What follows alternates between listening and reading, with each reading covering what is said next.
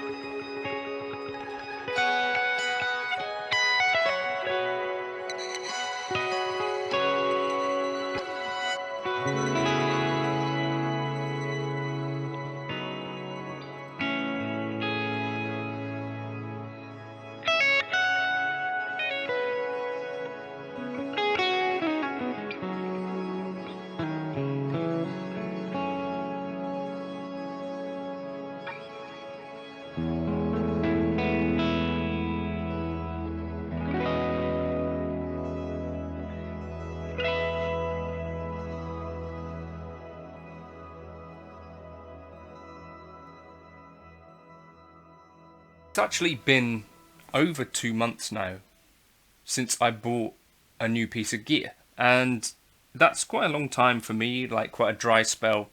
Obviously, if you're familiar with the channel, I do a lot of kind of gear demos and looking at pieces of gear, trying to figure out whether they work for me or whether they seem to me to be expensive for what they are, or whether something's a bargain, all that sort of stuff that I guess you're used to seeing kind of on the channel and stuff. Now, the caveat to this is there is some stuff there. I've done some paid demos since then. One of which would be the Crazy Tube Circuits Unobtainium. Another would be the Walrus Audio Meraki.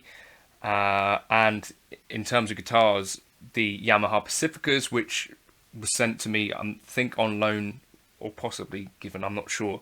But so there has been some new gear, you know, kind of from the point of view of doing gear demos as a job rather than stuff that I've bought. But on the channel, I try to be upfront about pieces of gear that are sent or pieces of gear that I've actively gone and sought out and bought and stuff like that, because I think there's an interesting kind of difference there. For me personally, I tend to do more videos with a piece of gear that I've actually bought for the sake of it, because most likely it's something that I have a reason to have gone out and purchased it.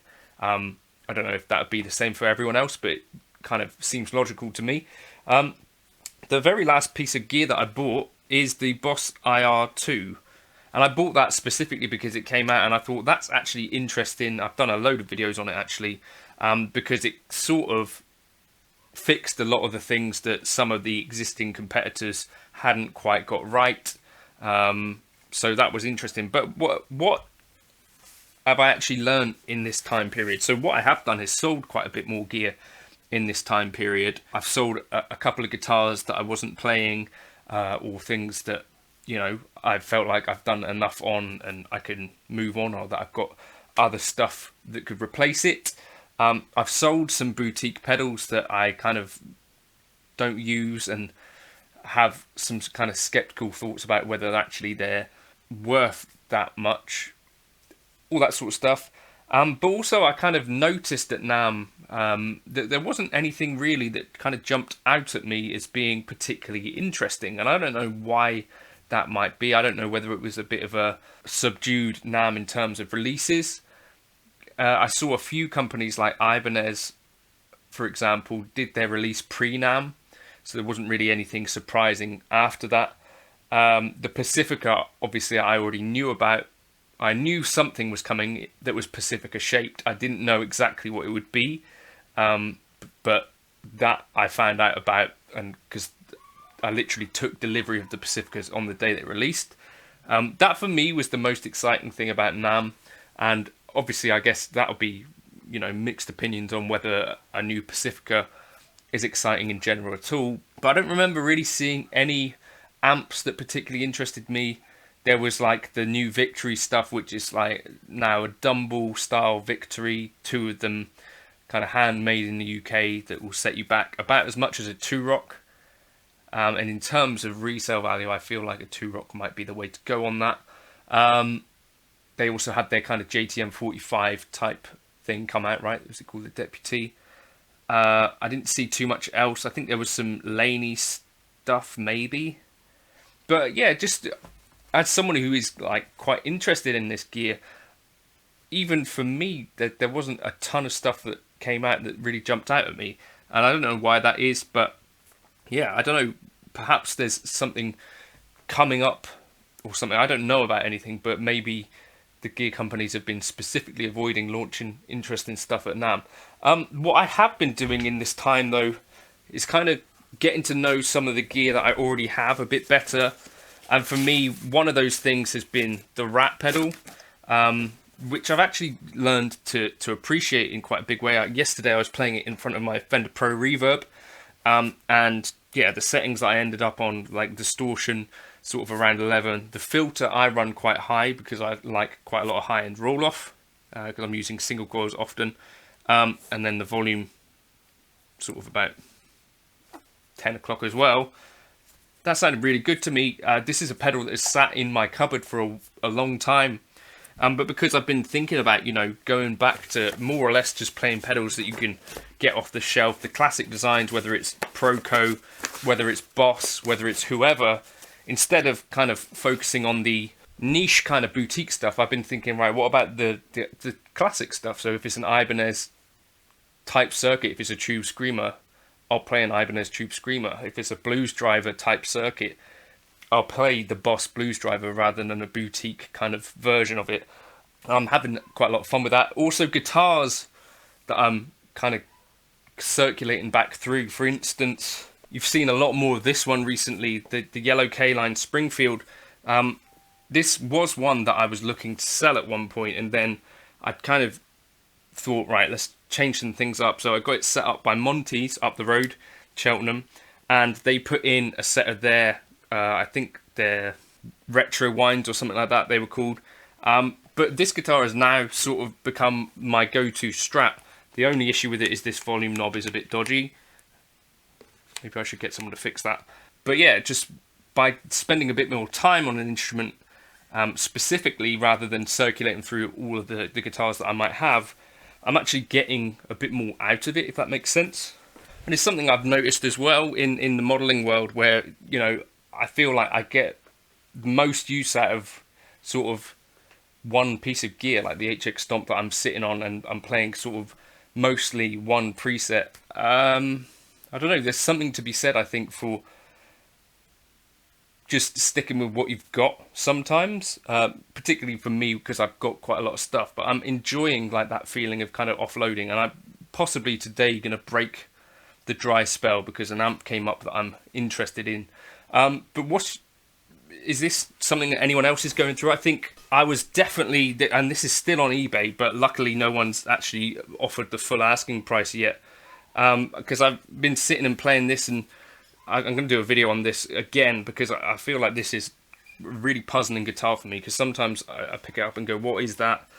And then since I put it up for sale, every time I pick it up to play it, I'm feeling like I really wouldn't want this thing to sell. So yeah, I'm finding a bit of interest in just sticking with what you've got, re-exploring the gear you've got. Maybe next time you're kind of browsing through eBay or whatever, instead of clicking buy it now or whatever, you could just go, right, I'm going to restring a guitar, I'm going to try something different, I'm going to whatever. And you know, if you're looking to not spend more money on gear, as for me right now I am, because I'm going to be putting some money on the mortgage, that's just where I'm at with it. And I thought, instead of promoting a piece of gear or something like that, I could at least talk to you about where things are for me right now. And that idea, yeah, sometimes it might be good to go through like a dry January, and I've smashed through dry January into February.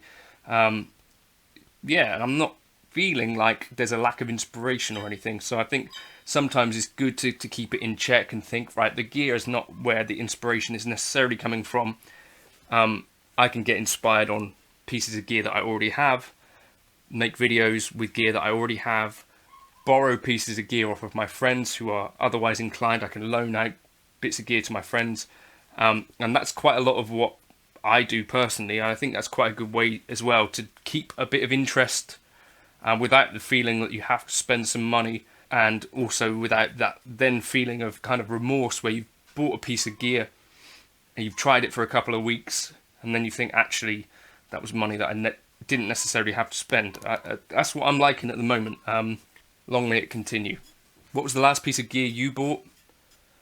Before that, I bought the Friedman IRX as well. So I did have like a couple of periods of time where I was buying bits of new gear, specifically because it was new. I resisted on the Kemper player because I felt like, although I could have done some videos that got some views, it just didn't seem to me to be a great way to spend my money at that point. I might as well get a full-size Kemper for about the same price.